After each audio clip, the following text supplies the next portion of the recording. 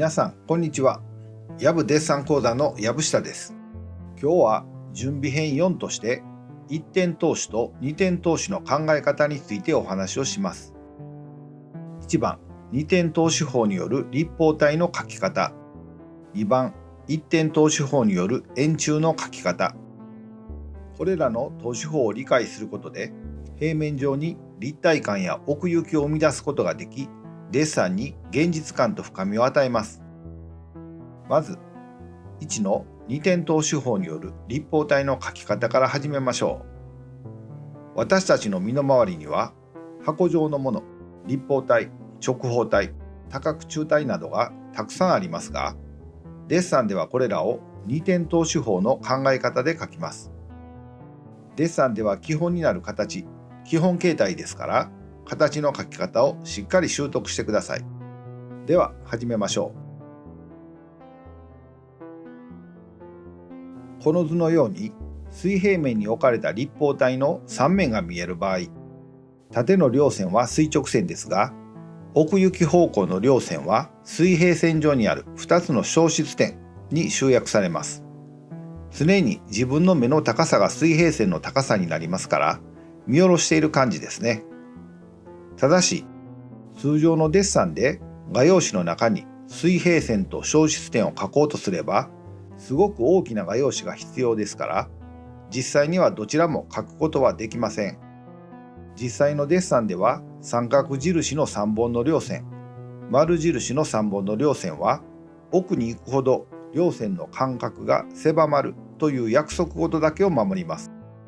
この図は目の位置と正方形の位置による形の見え方の関係を表したものです。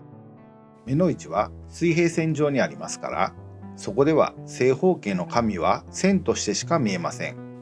正方形の紙が目の位置から上下に離れていくほど正方形の形は大きく見えるようになります。それでは実際に2点投資法による立方体を描いてみましょう。最初に用紙の上の方に長い水平線を描きます。線は素早く描き、何本か線を引っ張っても構いません。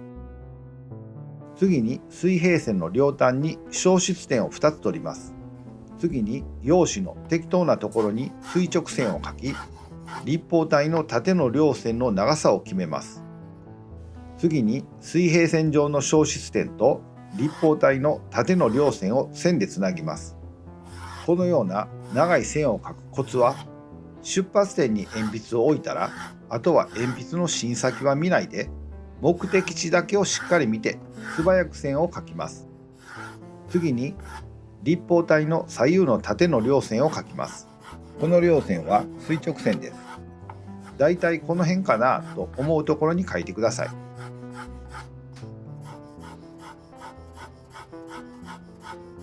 次に今描いた立方体の左右の両線と水平線上の消失点を線でつないで立方体を完成させます。これで2点投資法による立方体の完成ですが、用紙の中に水平線と消失点を描いたために立方体が極端な形になっています。実際のデッサンではこの描き方の理屈を覚えておいて、三角印の3本の両線、丸印の3本の両線は奥に行くほど両線の間隔が狭まるという約束事だけを守ります。次に2の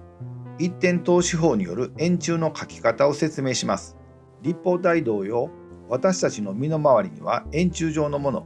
紙コップ、トイレットペーパー、缶、瓶などなどもたくさんあります。これらの円柱状のものはデッサンでは1点投資法の考え方で書きます。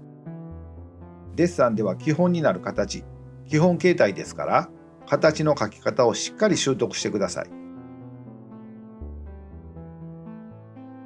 まず円柱の楕円の見え方ですが、この図のように自分の目と楕円の位置関係から上の円よりも下の円の方が膨らんだ楕円に見えます。これは先ほどの紙に描いた正方形と目の高さによって正方形の形が変化したのと同じことです。このことをまず頭に入れておいてください。それでは正円と見かけ上の楕円の関係ですが、この図のようになります。左の図は正円の書かれた正方形の紙を真上から見た場合と考えてください。この紙を机の上に置いて斜め上から見下ろすと、正方形は台形に変形し、手前よりも奥の方が小さく見えて、このような楕円に見えます。正円は正方形の各辺の中点で内接します。また正方形の対角線は正円の中心点を通ります。このことは後で作図するときに使いますから覚えておいてください。それでは実際に右図のような一点等手法によって台形に変形した正方形に内接している楕円を描いてみましょう。1番、画面上部に水平線を描き、水平線の真ん中あたりに楕円の中心線を描きます。水平線と中心線の交点が一点等手法の消失点になります。2番、中心線と交差する水平線を描き、中心から等距離になるように点を打ちます。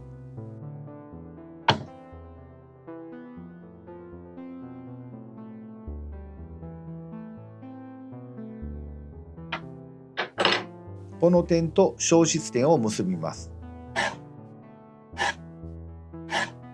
3、次にこのように水平線を適当な位置に1本描いてください。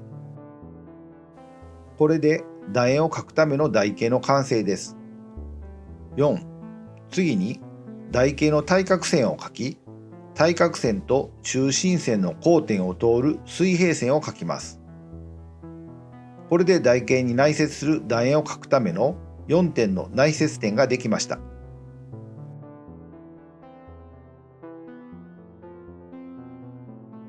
5、次に4点を通る楕円を描きます。楕円を描くときのコツは、このように内接点の付近を先に丸めて、その後に間をつなぐようにして楕円の形を描きます。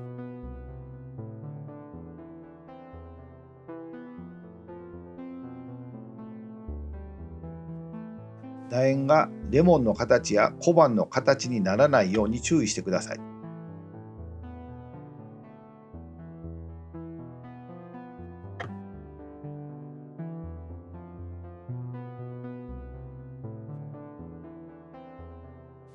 では次に続いて円柱を描いていきましょう。6、台形の下の辺を上の辺とする長方形を描き、長方形の下の辺の両端と消失点を線で結びます。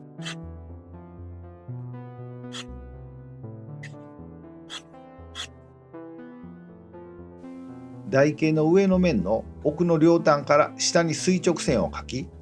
6で描いた線との交点を水平線で結びます。これで下の楕円を描くための台形ができました。あとは上の楕円を描いた時と同じように台形の対角線を描き、対角線と中心線の交点を通る水平線を描きます。これで下の台形に内接する円を描くための4点の内接点ができました。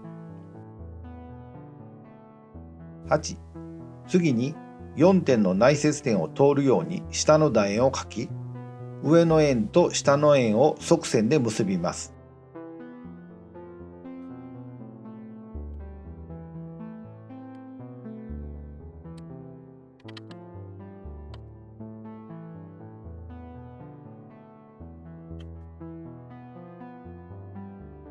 これで一点通しによる円柱の完成ですが、用紙の中に水平線と消失点を描いたために円柱が極端な形になりました。この描き方の理屈を覚えておいて、実際のデッサンでは一点通しの約束を守って自然な感じに描きます。この作図でわかるように、自分の目は水平線上にありますから、自分の目と楕円との位置関係から下にある楕円ほどより正円に近い形になります。ということで、理屈はそうなのですが、実際のデッサンで楕円を描くときには長方形を使って描きます。この図は一点透視法による楕円と長方形による楕円を描いたものです。左の一点透視法によって描かれた楕円の長径の位置は台形の中心点を通る正円の直径とはズレが生じます。楕円は内接点を通過して長径のところで最大幅になります。楕円の長径は台形の上下の長さの中心を通りますから、そのことを利用して実際のデッサンでは右図のように長方形に内接する形の楕円を描きます。では実際に描いてみましょう。このように長方形を描いて縦横の中心線を描きます。これで楕円を描くための4つの内接点ができます。この内接点から中心線に対して対称になるように先に丸めていきます。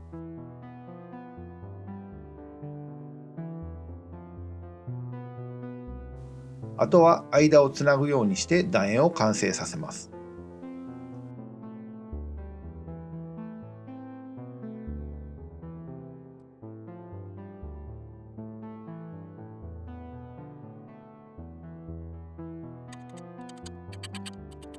皆さんもいろいろな大きさの長方形を描いて、それに内接する楕円を描く練習をしてみてください。20個も描けば自然な形の楕円を描けるようになると思います。